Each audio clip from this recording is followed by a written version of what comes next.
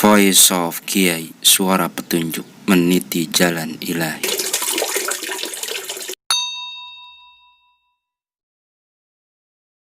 Assalamualaikum warahmatullahi wabarakatuh. Waalaikumsalam warahmatullahi wabarakatuh. Bismillahirrahmanirrahim. Alhamdulillahi rabbil alamin. Wal aqibatu lil muttaqin. Wala udwana illa 'alal zalimin. والصلاة والسلام على أشرف الأنبياء والمرسلين سيدنا ومولانا محمد وعلى آله وأصحابه المجاهدين الطاهرين أما بعد. Saudara-saudara kaum muslimin rahimakumullah, setiap kita muslim di dalam kehidupan ini selalu ingin dicintai oleh Allah Subhanahu wa ta'ala, dan tidak seorang pun di antara kita yang hidup ingin dimurkai oleh Allah Subhanahu wa ta'ala. Jangankan lagi dimurkai Allah, dimarahi tetangga saja kita kadang-kadang sudah merasa tidak enak. Padahal bagaimanapun, kalau sekadar dimarahi tetangga, kita masih bisa menghindar, pergi atau pindah ke tempat lain. Tahun depan kita kembali lagi, barangkali sudah bisa berdamai. Tapi jikalau Allah yang murka kepada kita, padahal alam ini adalah miliknya belaka, rasanya kemana lagi langit tempat kita bernaung, dan kemana lagi bumi tempat kita berpijak.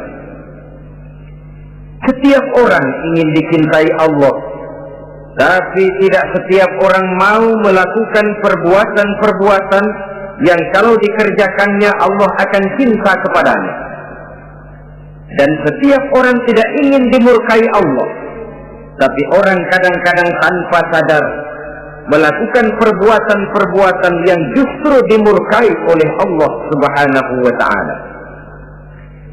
Pada pertemuan kali ini ingin saya sampaikan kepada hadirin satu hadis qudsi, di mana Allah Subhanahu wa ta'ala berfirman melalui lisan Nabi besar Muhammad sallallahu alaihi wasallam, "Uhibbu thalathan wa hubbi li thalathin ashad." Aku cinta, kata Allah, kepada 3 macam golongan manusia, tapi aku lebih cinta lagi kepada yang 3 macam lagi. Jadi ada yang sekedar dicintai Allah, ada yang lebih lagi dicintai oleh Allah Subhanahu wa ta'ala. Siapa mereka?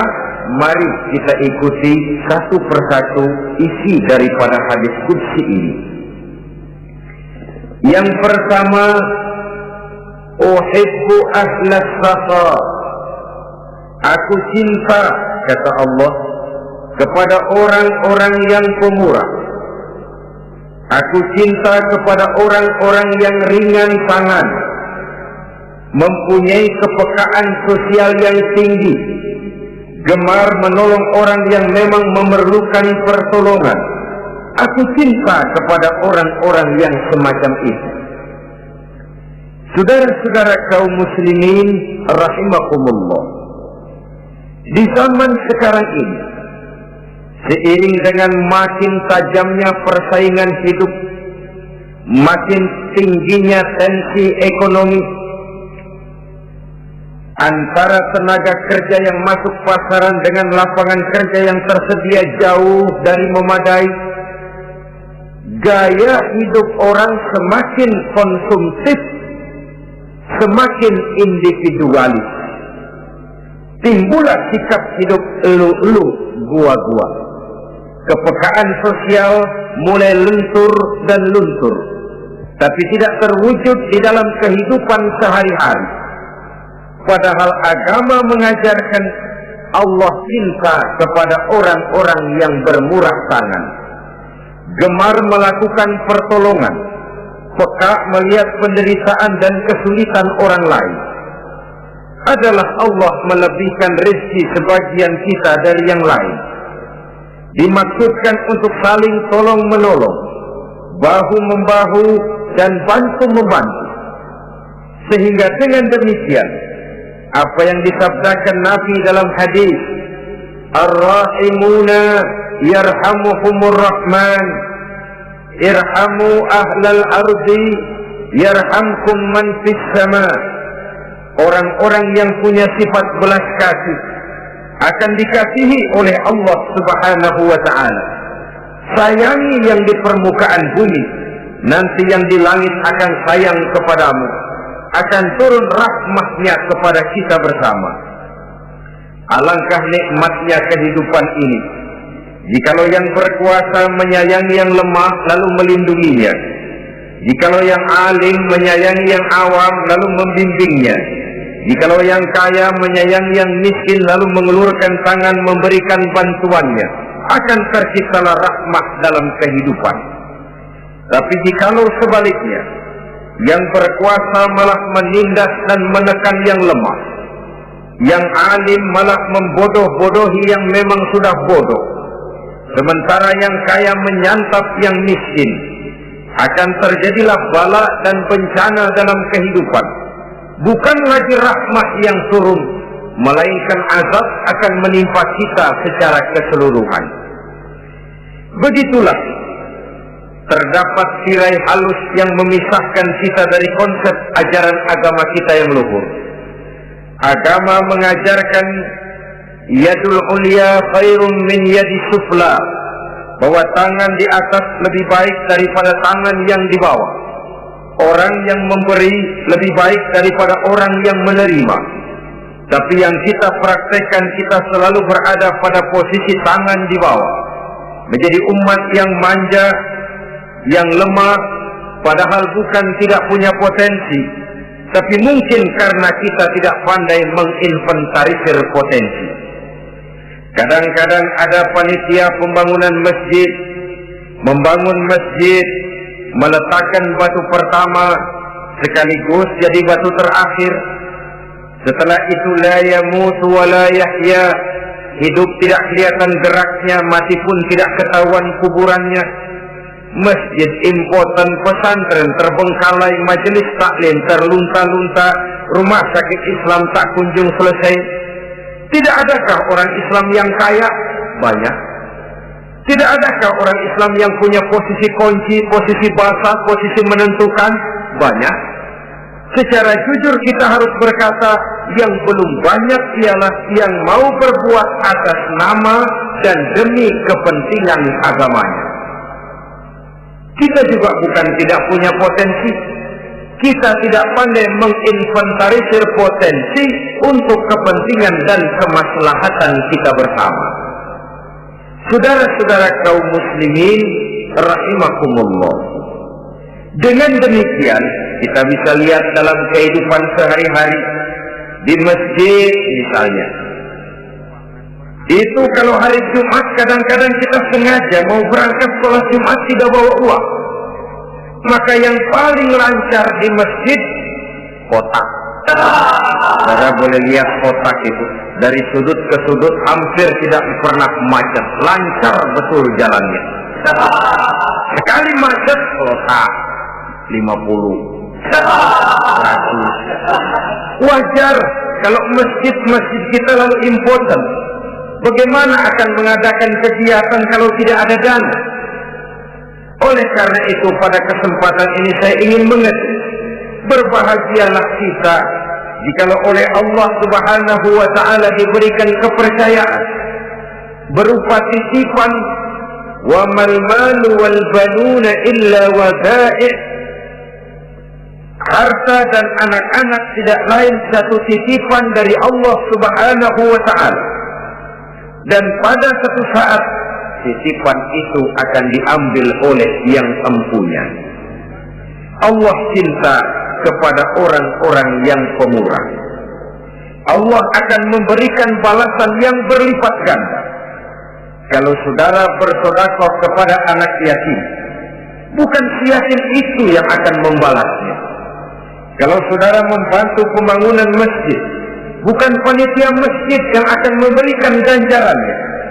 Kalau saudara membangun pondok pesantren, bukan kiai yang punya pesantren yang akan memberikan balasannya.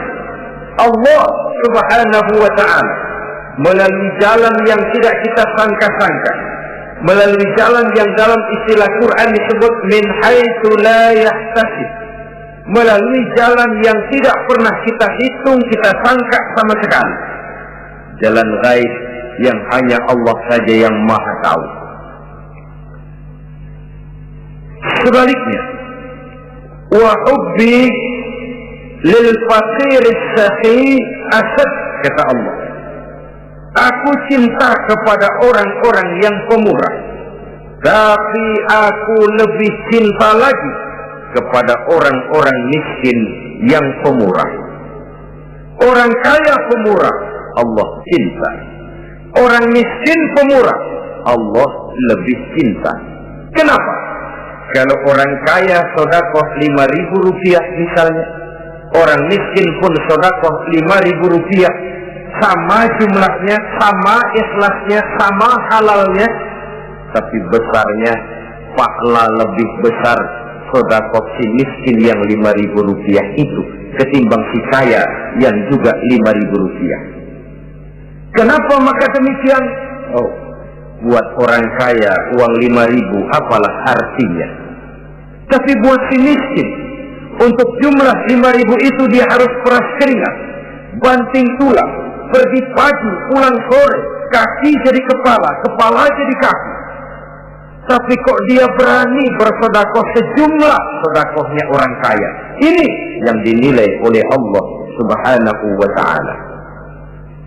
Saudara-saudara kaum muslimin rahimakumullah, sifat inilah yang dahulu dicontohkan oleh baginda Rasul.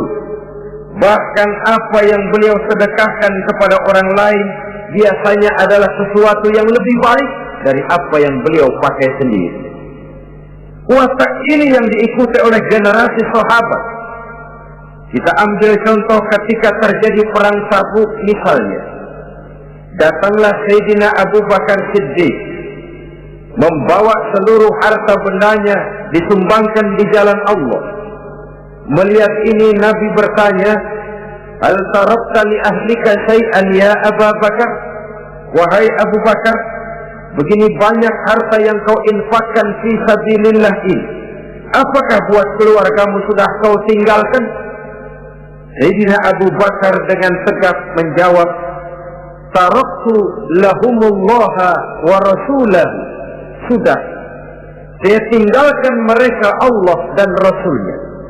Saya tinggalkan mereka keyakinan, akidah, iman, bahwa kalau kami menolong Allah, menolong agama, Allah akan menolong kami. Bahwa kami tidak akan jadi melarat karena memperjuangkan agama. Bahwa kami tidak akan jatuh miskin kalau harta ini kami belanjakan di jalan Allah. Kami tinggalkan keyakinan itu kepada anak-anak dan istri di rumah. Sementara harta yang ada seluruhnya kami bawa kemari. Keyakinan yang dimiliki oleh Sayyidina Abu Bakar Siddiq di zaman sekarang ini sudah merupakan keyakinan yang sangat langka. Kita belum yakin benar akan kebenaran janji Allah, sehingga dengan demikian timbullah keraguan-raguan. Apa iya kalau saya belanjakan uang ini di jalan Allah akan ada balasannya? Apa iya kalau uang ini saya gunakan untuk melaksanakan ibadah akan datang balasannya? Padahal dalam hadis qudsi Allah menjanjikan, ana inda zanni abdi bi, aku ini, kata Allah, bagaimana menurut persangkaan hambaku saja kepadaku. Kalau dia sangka baik, insya Allah baik katanya. Kalau dia sangka tidak, aku bagaimana menurut sangka hambaku kepadaku. Itulah sebabnya dalam segala hal kita harus husnuzan, berbaik sangka kepada Allah Subhanahu wa ta'ala. Saudara-saudara kaum muslimin rahimakumullah, inilah golongan pertama kekasih Allah, orang-orang yang dicintai Allah, orang-orang yang pemurah, yang sadar bahwa harta hanya sekadar titipan dari Allah Subhanahu wa ta'ala. Dan harta menurut Nabi, apabila sudah kita belanjakan di jalan Allah, dia akan berkata, pertama, kuntu qalilatan fakassartani, jumlahku sebenarnya sedikit, tapi lantaran engkau sedekahkan aku, engkau belanjakan aku di jalan Allah, maka jumlahku jadi banyak. Kau sedekah 1000 dibalas 7000 dikali 10 dikali 100 masih ditambah, wallahu yudha'ifu liman yasha. Allah melipat gandakan pahala kebajikan dari orang-orang yang dikehendakinya. Yang kedua, harta itu akan bicara lagi. Kuntu faniyatan fa'abqaitani, aku ini sebenarnya fana, tidak kekal, berubah, relatif dan temporer, sirna oleh pergeseran masa dan pertukaran waktu. Tapi lantaran engkau sedekahkan aku, engkau belanjakan aku di jalan Allah, maka nilaiku jadi kekal, akan mendampingi engkau sampai di hadratullah azza wa jalla di akhirat nanti. Jadi harta yang kita tumpuk-tumpuk, yang kita sangka akan mengekalkan kita sampai tidak akan miskin 7 keturunan, dengan segala macam cara kita tempuh, dia bukan harta yang kekal. Yang kekal yang kita belanjakan di jalan Allah Subhanahu wa ta'ala, itu milik kita yang benar-benar akan kita nikmati. Yang ketiga, harta itu akan berkata lagi, kunta harisi fal ana sirtu harisaka, dahulu kamulah yang menjaga saya, tapi sekarang setelah saya sedekahkan, setelah engkau sedekahkan aku, setelah engkau belanjakan aku di jalan Allah, bukan engkau lagi yang jaga aku, kata si harta, akulah yang akan menjagamu. Di dunia orang yang rajin sedekah, sedekahnya itu menolak bala, terhindar dari segala bencana dan musibah. Sementara di akhirat, sedekahnya itu akan menjadi dinding yang menjaga dia dari jilatan api neraka. Demikian harta yang sudah kita infakkan, kita belanjakan, kita sedekahkan di jalan Allah itu akan menjadi pejangga kita. Sehingga Nabi menyatakan, inna sadaqatal mar'il muslim tazidu fil umri wa tadfa'u mitatas su'i. Sesungguhnya sedekahnya seorang mukmin dapat menambah umur panjang dan menyelamatkan seseorang dari mati secara su'ul khatimah. Marilah kita melihat bahwa agama ini memerlukan kita, bahwa umat ini mengharapkan pengorbanan kita. Dengan segala kemampuan yang ada pada diri kita, mari kita menyadari bahwa harta kita yang benar-benar milik kita, sesungguhnya yang sudah kita belanjakan di jalan Allah Subhanahu wa ta'ala. Saudara-saudara kaum muslimin rahimakumullah, inilah golongan pertama. Voice of Kiai. Golongan yang kedua yang dicintai oleh Allah Subhanahu wa ta'ala, uhibbul mutawadhi'in.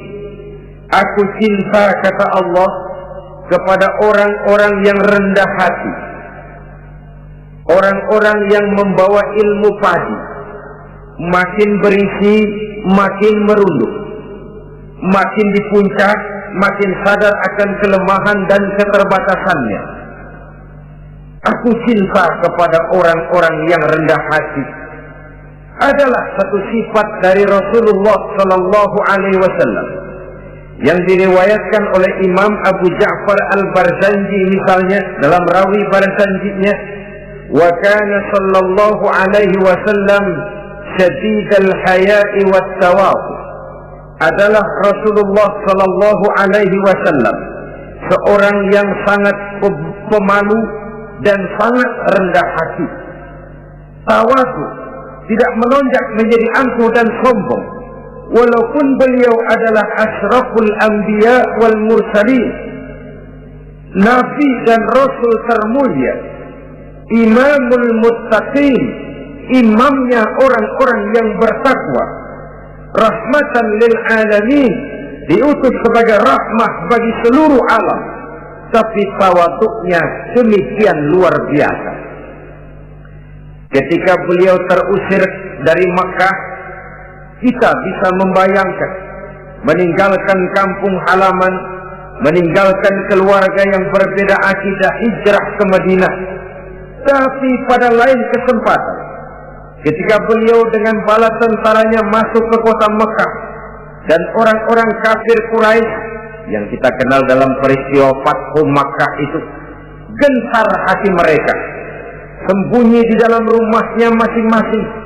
Mereka masih ingat beberapa tahun yang silam, dikala Nabi Muhammad dan para sahabatnya dikejar-kejar, terusir dari Mekah hijrah ke Madinah.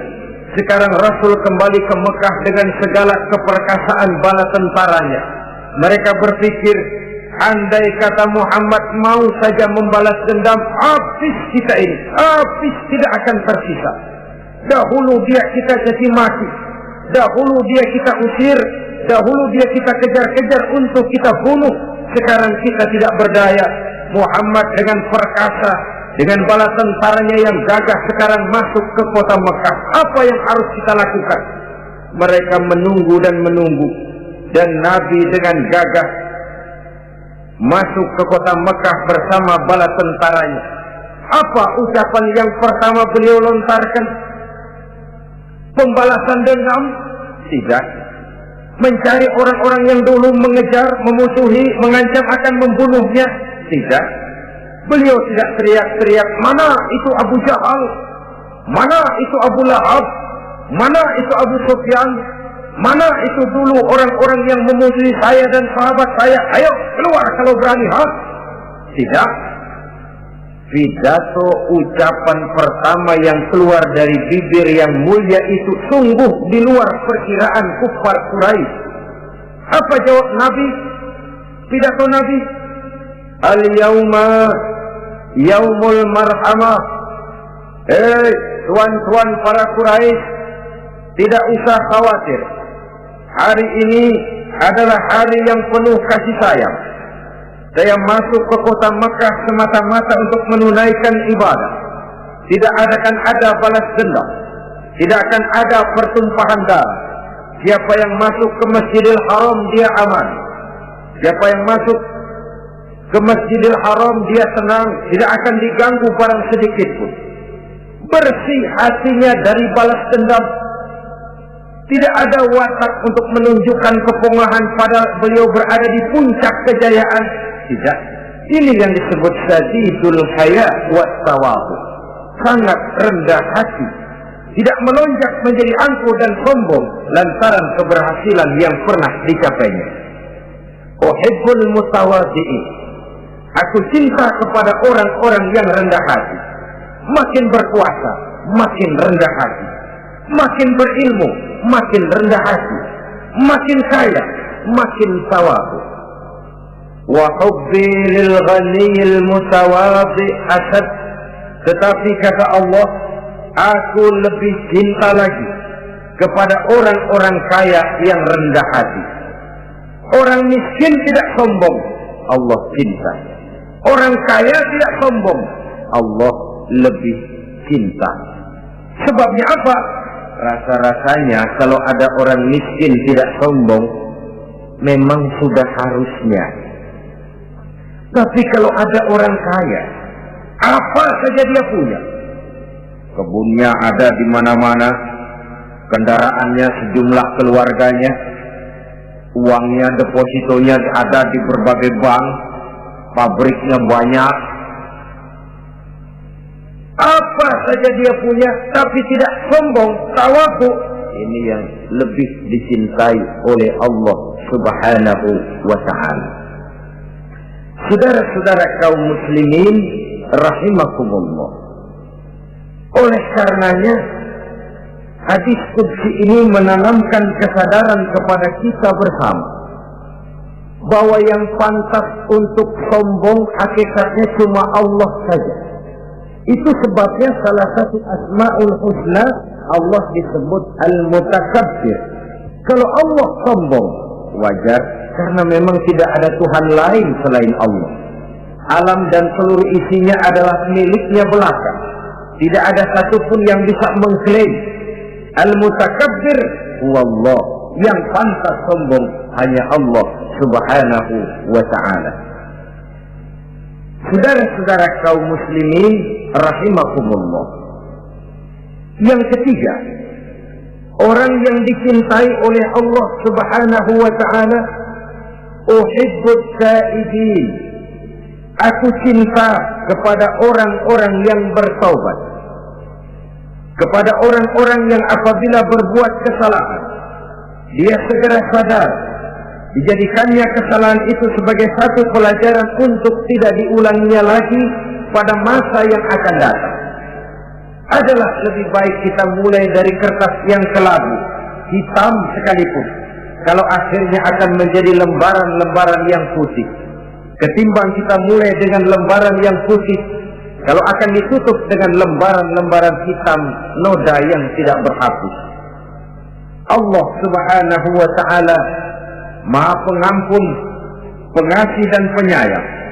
Ia akan memaafkan segala perbuatan yang bersifat salah dari hamba-hambanya, asalkan tidak diulanginya lagi.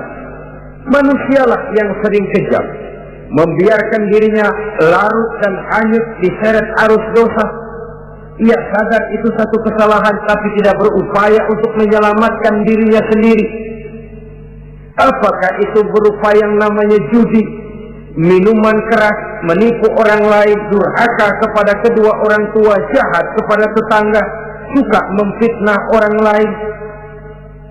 Dibiarkan dirinya hanyut di dalam lembah dosa tanpa upaya penyelamatan sama sekali.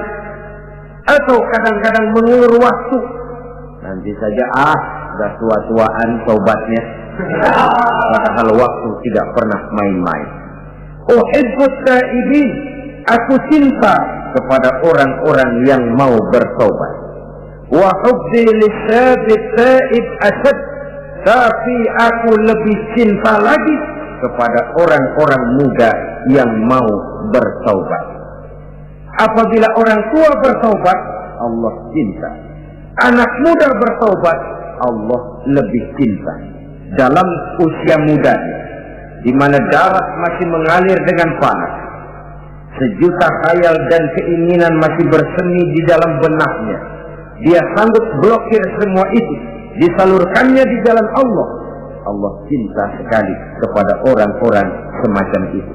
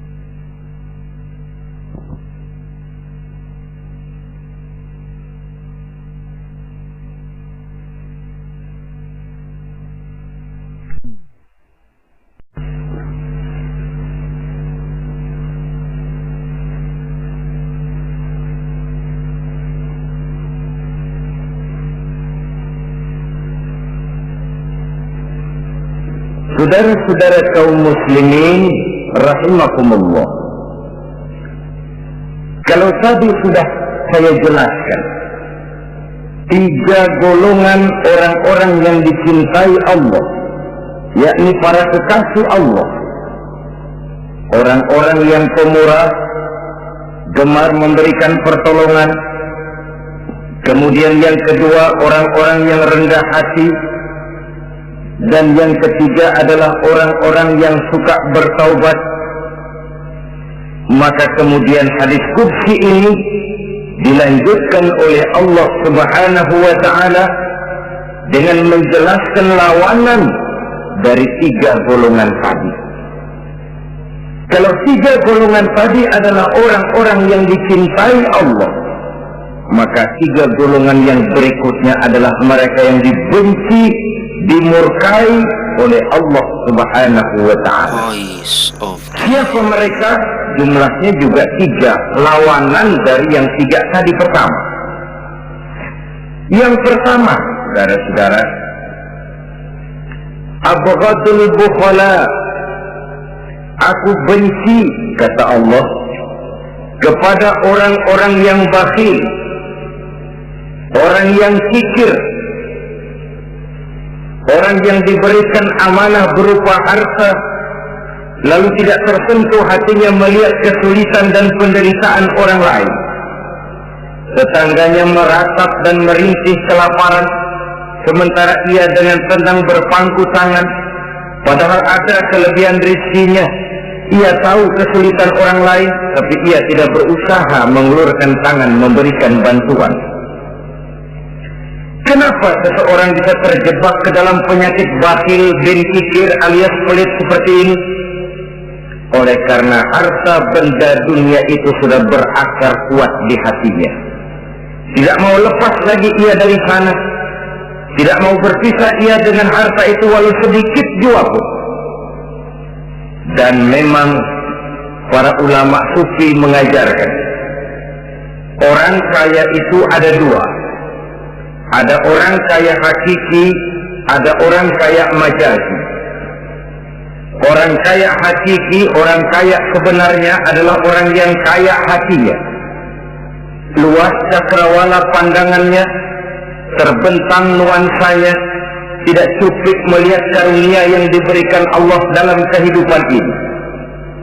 Orang yang kaya hati, inilah orang kaya hakiki. Adapun orang kaya majazi adalah orang yang banyak hartanya tapi miskin hatinya. Hidupnya sudah melimpah tapi ia selalu merasa kurang, maka ia tidak pernah cukup. Posisinya sudah kaya tapi ia masih merasa miskin, maka ia pun selalu miskin. Imam Ghazali rahimahullah memberikan contoh yang indah. Perjalanan hidup manusia sama dengan naik kapal laut yang besar menuju pulau bernama akhirat, mencapai pantai surga bahagia. Kapal ini akan singgah di satu pulau bernama dunia. Para penumpang diperbolehkan turun, tapi sebelumnya diingatkan lebih dahulu bahwa ini cuma sekedar tempat transit. Di dunia, di pulau yang bernama dunia, para penumpang boleh mengambil apa yang memang diperlukan untuk bekal dalam perjalanan. Tapi jangan lupa bahwa kapal akan melanjutkan perjalanan menuju kepulauan akhirat yang kekal dan abadi. Maka turunlah para penumpang ke pulau yang bernama dunia ini. Macam-macam tingkah lakunya ketika mereka menjejakkan kaki ke pulau dunia. Ada yang tetap sadar kepada pesan nakoda. Dia turun ke pulau yang bernama dunia, yang hijau, ranau, indah, memikat, mempedaya, mempesona. Tapi ia tetap sadar, ini cuma tempat transit, ini cuma tempat persinggahan sementara, bukan ini tempat yang akan saya tuju. Kapal akan segera berangkat, saya harus bersiap-siap. Diambilnya apa yang diperbolehkan di pulau bernama dunia, sebagai bekal menuju perjalanan akhirat, dan setelah itu dia segera kembali ke kapal untuk melanjutkan perjalanannya. Ada pula penumpang yang lalai. Ketika turun ke pulau bernama dunia ini, ia lupa kepada pesan sang nakoda. Ia terpedaya oleh hijau ranaunya kepulauan dunia. Ia terpikat oleh gemerlapnya kehidupan dunia. Sibuklah seluruh waktunya untuk mengambil segala yang ada di kepulauan dunia ini. Ia menyangka bahwa ia sudah sampai kepada tujuan yang sebenarnya. Dikala peluit kapal berbunyi, pertanda kapal akan segera berangkat, rupanya baru sadar dia bahwa ini bukan tujuan yang sebenarnya. Ia berusaha kembali ke kapal, walaupun masih bisa ikut naik kapal, tapi sayang tempatnya sudah ditempati oleh orang lain.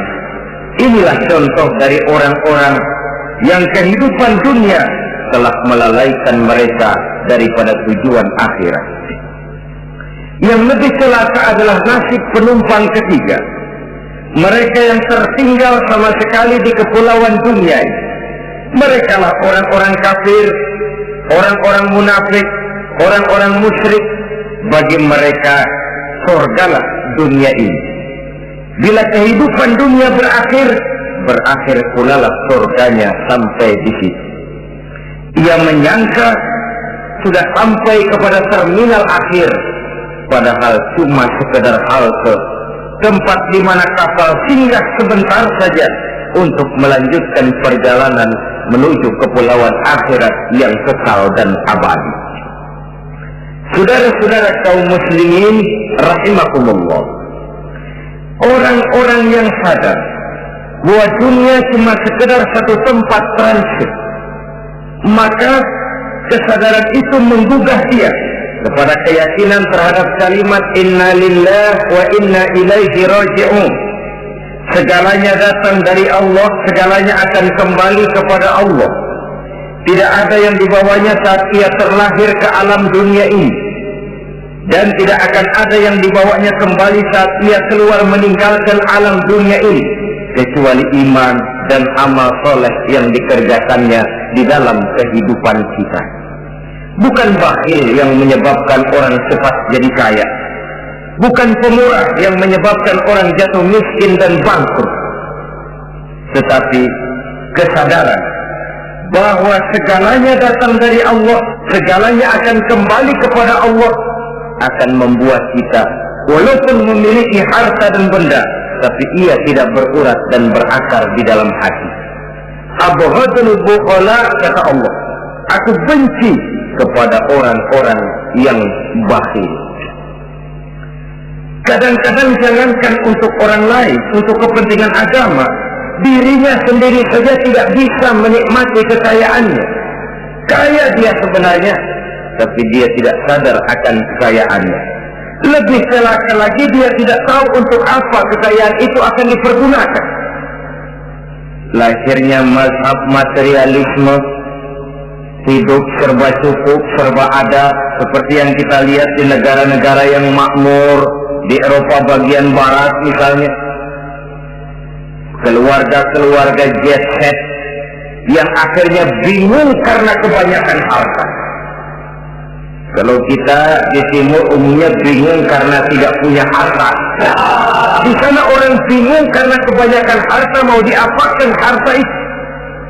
Akhirnya timbullah gaya hidup yang aneh-aneh, membentuk klub-klub nudis terlepas dari pergaulan dunia ramai, bergerombol tidur di goa-goa, padahal rumahnya macam istana, kamarnya 37, ada kolam renang, ruangan ber-AC, kemana pergi mobil sejumlah keluarga, dari merek-merek yang mewah, keluaran mutaakhir.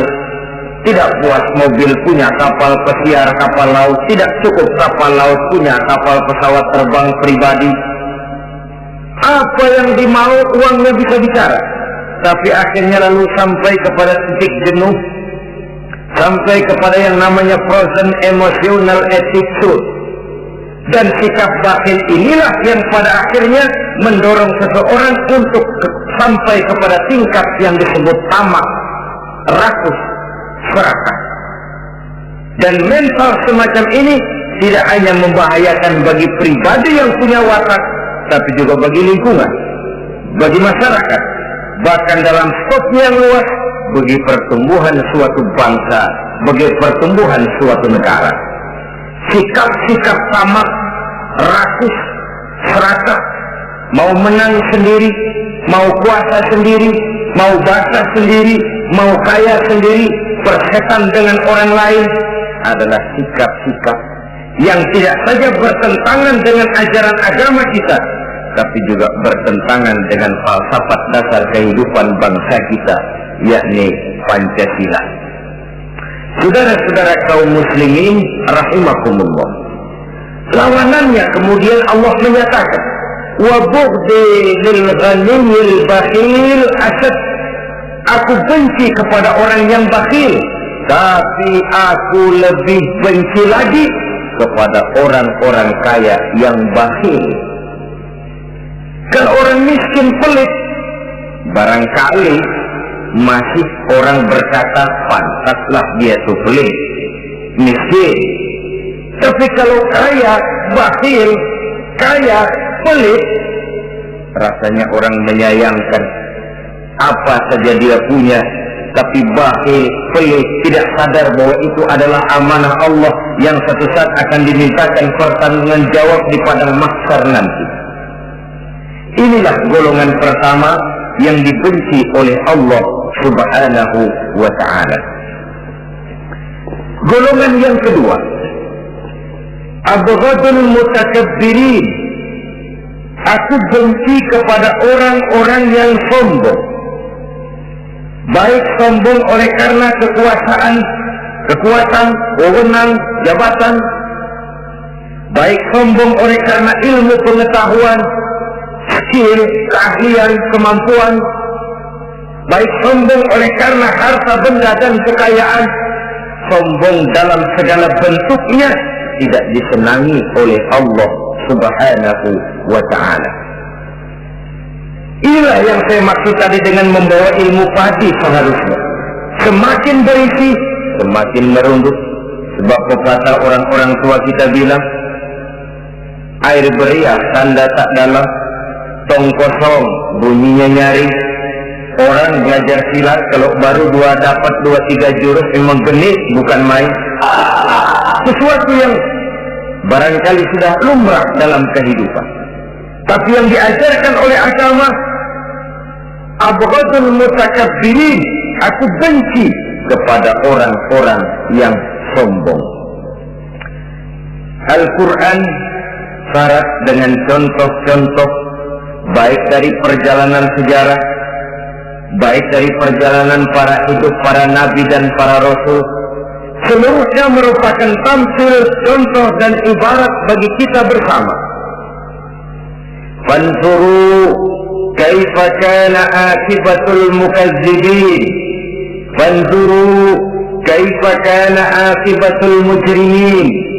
Berjalanlah kamu di permukaan bumi, lihat bagaimana akibat yang diderita oleh para pendusta, lihat bagaimana akibat yang diderita oleh para pembuat dosa, oleh orang-orang yang sombong, angkuh, congkak dan takabur. Mereka satu demi satu mengalami kehancuran, tenggelam di perut sejarah. Kurang apa Fir'aun? Kurang apa Raja Namrud? Kurang apa Raja Abrahat? Tentaranya gagah perkasa, kekuasaannya luas, istananya megah dan besar, pengawalnya gentayangan di mana-mana, intelnya selalu siap siaga menjaga keamanan. Sang raja diraja, entok waktu berputar masa beredar, tenggelam oleh perputaran waktu dan peredaran zaman. Tidak ada satu keabadian dalam kehidupan ini. Akankah kita melahirkan Fir'aun kelas baru, Namrud di zaman modern, Abrahat gaya kini, yang semakin berada di puncak kekuasaan semakin lupa diri dan lupa daratan, menjadi orang yang hanya mau benar sendiri, adil sendiri, makmur sendiri, tidak peduli menari di atas bangkai dan penderitaan orang lain? Akankah kita melahirkan korun-korun gaya baru yang sombong oleh karena harta kekayaan yang berlipat ganda? Ataukah kita akan melahirkan barsisul abid gaya baru yang sombong oleh karena ilmu pengetahuan yang dimilikinya? Marilah kita menyadari al-mutakabbir huwa Allah, yang pantas, boleh dan sombong, wajar untuk sombong cuma Allah subhanahu wa ta'ala. Abghadul mutakabbirin, aku benci kepada orang-orang yang sombong. Saudara-saudara kaum muslimin rahimakumullah, lawanannya kata Allah, selebihnya wa bughdi lil faqiril mutakabbir asad, tetapi kata Allah, aku lebih benci lagi kepada orang miskin yang sombong. Ini yang sudah tidak punya pilihan. Orang pintar sombong barangkali lumayan, goblok sombong minta ampun. Pejabat sombong barangkali karena punya pangkat. Rakyat sombong, apa yang mau disombongi? Orang kaya sombong barangkali karena kekayaannya. Melarat, miskin, sombong, minta ampun. Sebab itu kata Allah, aku benci kepada orang-orang sombong, tapi aku lebih benci lagi kepada orang-orang miskin yang sombong. Hadis qudsi ini tentu saja memberikan satu kesadaran rohani yang paling dalam pada kehidupan kita setiap pribadi muslim, bahwa kita sejauh yang bisa kita lakukan hanyalah berusaha berbuat. Kita terikat oleh sunnatullah, kata kita orang beragama, hukum alam kata para ahli alam, natural of law katanya. Tapi di sebalik itu sesungguhnya segala hasil usaha, kepastian dan ketentuannya hak prerogatif dari Allah subhanahu wa ta'ala. Sehingga pada puncaknya kita akan sampai kepada pengakuan yang paling jujur, la haula wa la quwwata illa billah. Tidak ada daya kita, tidak ada kekuatan kita kecuali apa yang memang telah diberikan Allah. Dialah sumber daya, sumber gerak, sumber seluruh kekuatan. Dan kita manusia hanya mencapai itu kalau dikaruniai oleh Allah subhanahu wa ta'ala. Sewajarnya, makin bertambah ilmu, makin sadar kita akan kebodohan kita. Seperti yang diucapkan oleh Al-Imam Syafi'i rahimahullah, setiap tambah ilmuku, bertambah tahulah aku akan kebodohan. Sewajarnya, semakin bertambah harta kita, semakin sadar kita akan kemiskinan kita. Semakin bertambah tinggi pangkat dan jabatan kita, semakin sadar kita dari mana kita datang, kemana kita akan pulang, dan di mana kita akan berada sekarang. Dengan kata lain, ilmu itu, harta itu, pangkat dan kedudukan itu sesuatu yang perlu dan perlu, tapi bukan sebagai tujuan. Semuanya cuma sekedar alat. Tujuannya apa? Jangka panjang di akhirat untuk mencapai ridho Allah. Jangka pendek di dunia ini harus menjadi rahmatan lil alamin. Bagaimana ilmu itu jadi rahmah bagi lingkungan, bagaimana kekuasaan itu jadi rahmah bagi lingkungan, bagaimana harta itu jadi rahmah bagi lingkungan, berfungsi sosial untuk kebersamaan di dalam kehidupan ini. Saudara-saudara kaum muslimin rahimakumullah, inilah golongan kedua yang dimurkai oleh Allah subhanahu wa ta'ala. Golongan yang ketiga, abghadul fasad, aku benci kata Allah kepada orang-orang yang berhati keras, berhati batu, tidak mempan nasihat, baik nasihat itu datang dari Allah, baik nasihat itu datang dari orang lain, baik nasihat itu datang dari dalam dirinya sendiri atau bernasihat yang dipandangnya, yang dilihatnya dalam segala gerak kehidupan. Satu hari bahkan beberapa sahabat pernah menghadap Rasulullah Shallallahu Alaihi Wasallam. Ya Rasul, jikalau sekarang ini kami nyaris tidak punya problem, artinya semua problem kami tuntas, sedikit kami bingung, Tuanlah tempat kami bertanya. Kami tidak mengerti hukum, Tuan tempat kami meminta fatwa. Kami ingin mendapat petunjuk, kepada Tuan kami mengadu.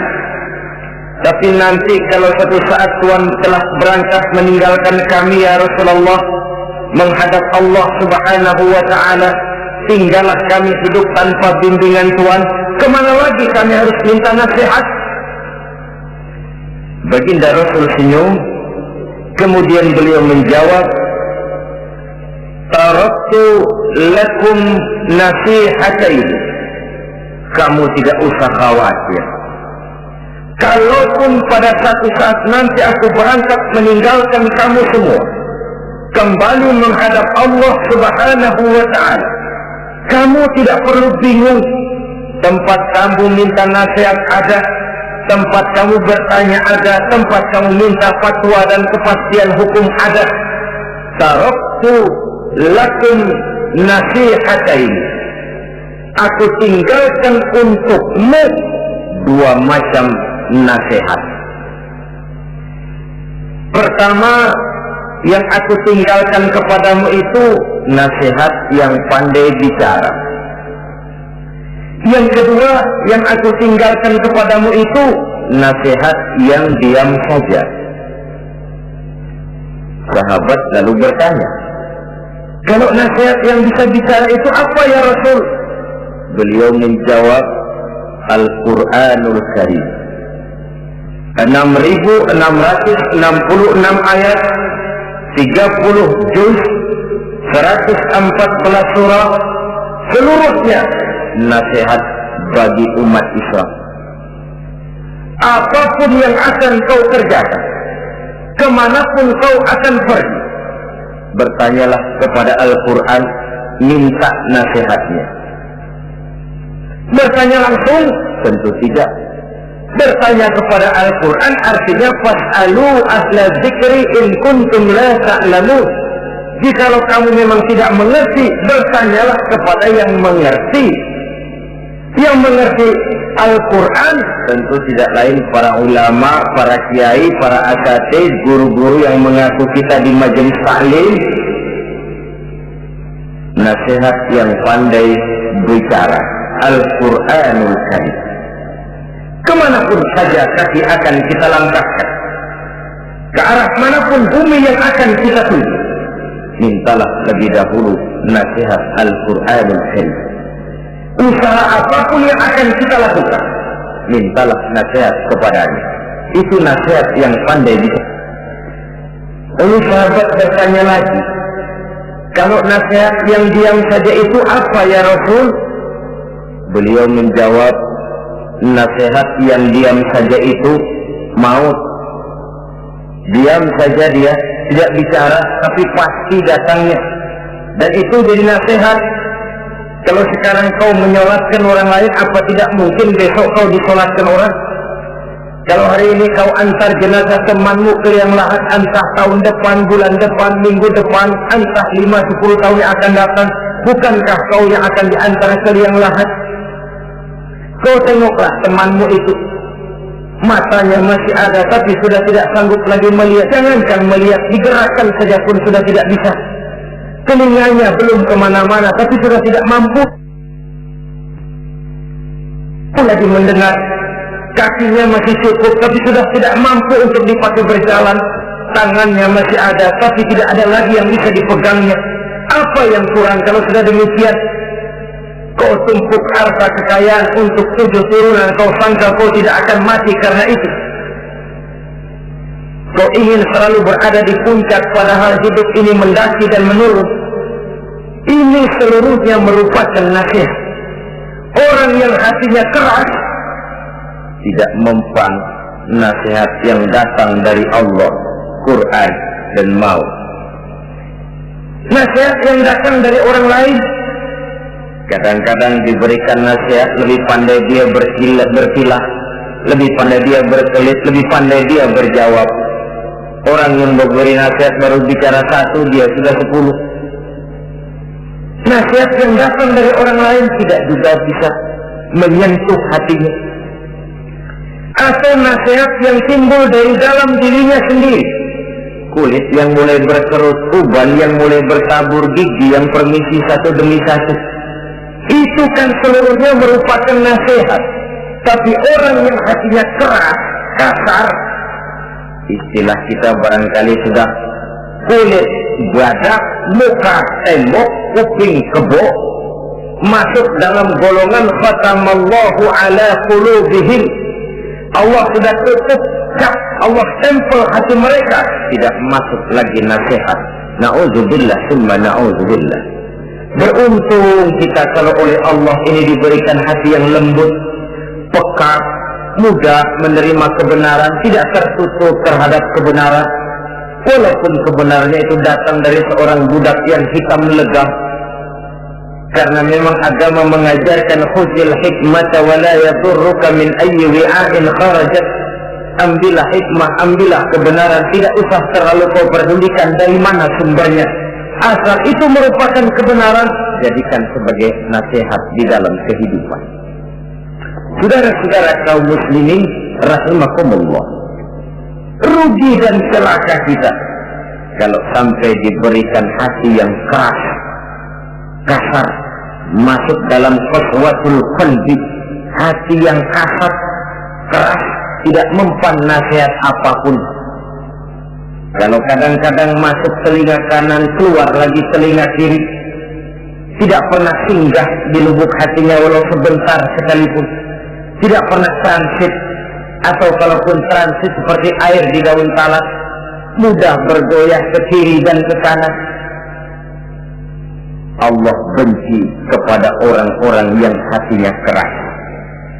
Selanjutnya, wa bughdhi lisaykhil fasik asad.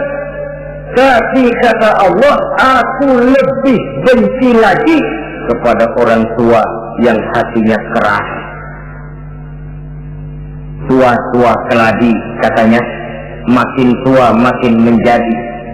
Kalau ada anak muda bandel, nakal, setidaknya orang masih punya harapan. Masih ada orang berkata, ya doain aja dah, mudah-mudahan dia makin dewasa, makin lurus jalan hidupnya, makin benar langkahnya, makin sadar rasa keagamaannya. Masih ada ucapan seperti itu. Tapi kalau sudah tua malah makin gila, orang sudah habis harapan. Paling orang bilang, tua aki-aki, udah asar, udah maghrib, udah dekat ke lubang kubur, bedung maghrib masih nyingsok aja di perapatan. Saudara-saudara kaum muslimin, habis rasanya harapan orang. Aku benci kepada orang yang hatinya keras, tapi aku lebih benci lagi kepada orang tua yang berhati keras. Kenakalan remaja dibenci Allah, kenakalan orang-orang tua lebih dibenci oleh Allah Subhanahu wa ta'ala. Saudara-saudara kaum muslimin rahimakumullah, semoga kita termasuk ke dalam golongan orang-orang yang diciptakan